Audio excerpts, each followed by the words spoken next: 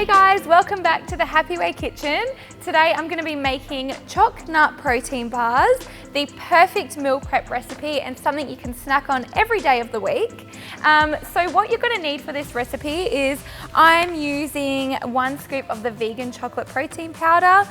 I've got 1 cup here of assorted nuts, so they're just raw nuts. I've got almonds, walnuts and a few peanuts. You can use whatever nuts you like. I've got a 1/4 cup of melted coconut oil, 2 tablespoons of pure maple syrup. I've got 1/2 cup here of mixed dried fruit. So this mix has got sultanas and apple and whatnot in it. You can use whatever you like. I'm using a 1/4 cup of peanut butter.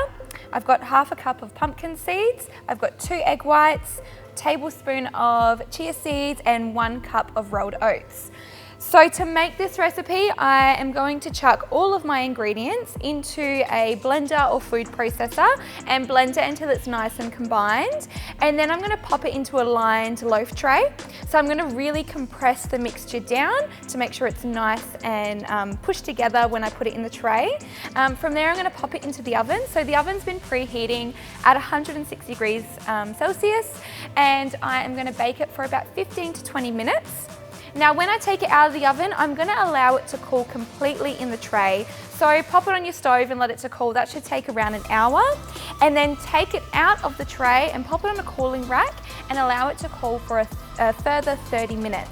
So the reason why we want it completely cool before slicing up is because if we cut it while it's still a little bit warm, it's going to become a little bit crumbly. So we want to avoid that so we're getting the most out of our muesli bars.